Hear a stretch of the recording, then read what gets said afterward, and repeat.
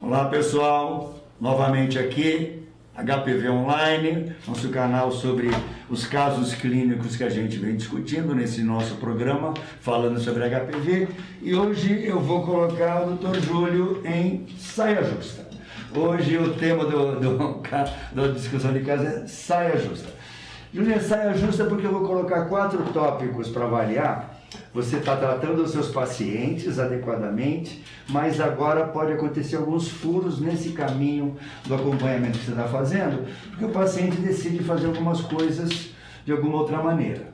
Então eu vou te colocar saia justa. O paciente você orientou não fazer raspagem dos pelos, em algum momento ele fez raspagem. Você orientou ele não tomar corticoide e de alguma maneira, por algum motivo, ele passou corticoide ou tomou corticoide.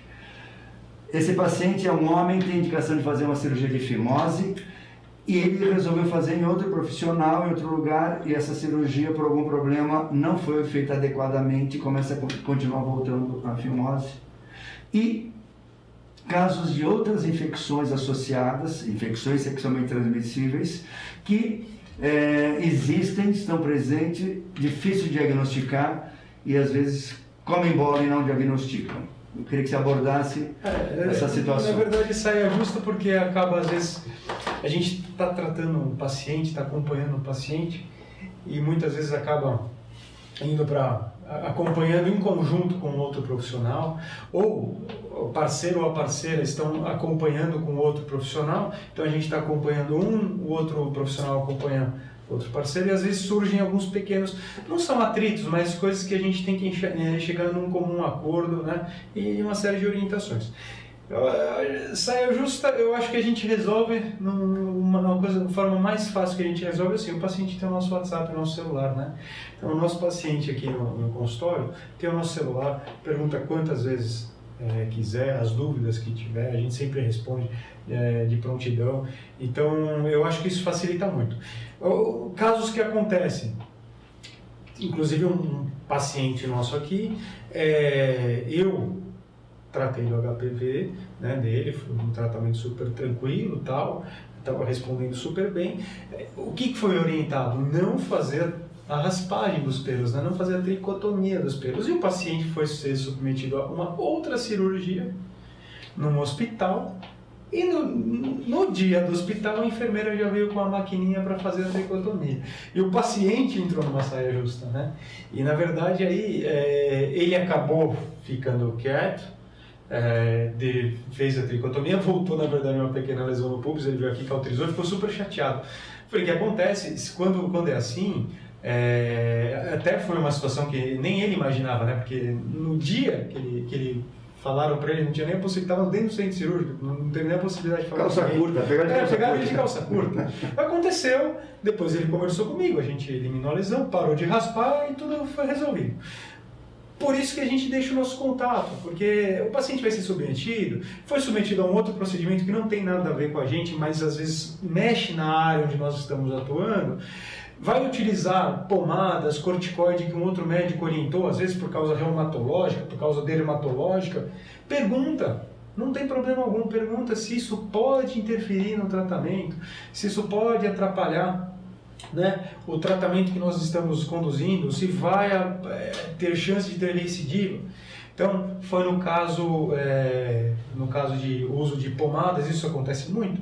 O paciente está tratando aqui, de repente vai num dermatologista, o dermatologista orienta uma pomada que é super normal, né? Pelo amor de Deus, o dermatologista vai orientar mesmo. Uma pomada com corticoide, tudo aí, volta a aprender de novo.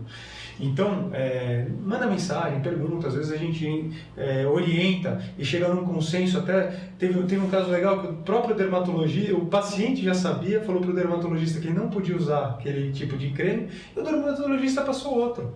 Então, aí ele me mandou mensagem e falou, olha, o dermatologista deu essas opções. Eu falei, usa essa, porque vai dar menos problema.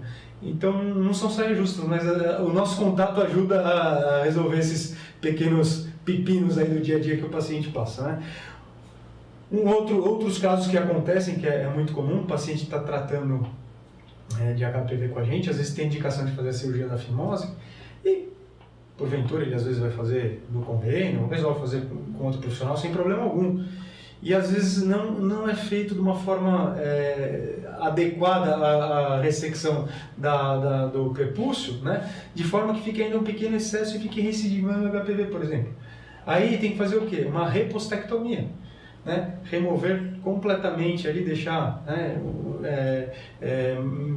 Tirar mais ainda o excesso, ou quase o que não tinha mais de excesso, né?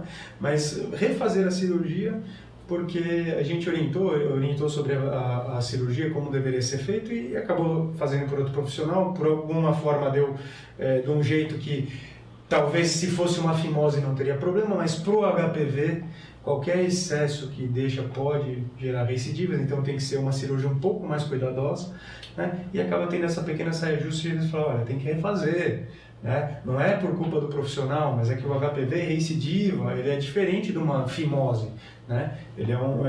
Se você tinha lesão nessa região do suco prepúcio, tem que ser feito de uma forma em que deixe realmente a pele interna, que é a de mucosa, bem diminuída, né? Então tem um jeito certo para fazer, para evitar que formem lesões. Então são pequenas coisas aí que a gente passa por percalços aí que, né, a gente tem que ter um pouquinho de jogo de cintura. Outro procedimento aí que às vezes dá um pouquinho de dificuldade, a gente está muito acostumado a uma DST caminhar com a outra, né? Então é muito comum um paciente vir com sorologia de sífilis, hepatite, HIV, né, que pede pelo sangue, a sorologia, óbvio, né? Traz as sorologias aqui, fala que tem HPV, mas não fez o quê? Pesquisa para outras DSTs, como as que dão no uretrite, né? ou corrimento vaginal na mulher, como ureaplasma, micoplasma, tricomonas, gonococo, clamídia. E em vários pacientes nós temos encontrado, né, a presença do HPV e outra DST, outra uretrite, às vezes até assintomática, né? Então, às vezes o paciente estava acompanhando com outro profissional, disse que fez todos os exames, e quando chega aqui a gente repete esses, dá positivo para um, às vezes dá para mais do que uma bactéria, a gente tem que tratar a bactéria, tem que tratar o HPV, e não é uma conduta diferente, é só porque a gente sabe que as DSTs caminham juntas, estamos num momento aí atualmente em que, né, úlceras como a sífilis veio com tudo, as uretrites, tem a supergonorreia, né, tem a clamídia que está ficando resistente a diversos antibióticos.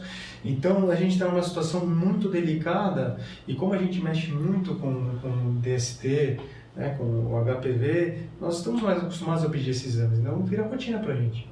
E é muito simples, e comum a gente achar mais de uma DST no mesmo paciente. Então, são pequenas aí situações que a gente passa ao longo dos atendimentos, que às vezes geram um pouquinho de desconforto, às vezes o paciente fica meio chateado, achou que um médico viu diferente, e na verdade não é nada disso, né? São pequenos ajustes que a gente acaba fazendo para fazer o melhor para o paciente. E essas infecções sexuais que você falou que podem estar associadas, como na uretra do homem, na vagina da mulher, muitas vezes elas são silenciosas, né? Elas não dão sintoma nenhum e estão ali podendo ajudar até a perpetuar outras doenças sexualmente pacientes transmissíveis. até que tinham dores de garganta crônica, você lembra? Né? Dor de garganta crônica, foi no otorrino, realmente, assim, visivelmente o paciente não tinha nada. Aí a gente coletou a secreção e tinha clamídia. Região anal.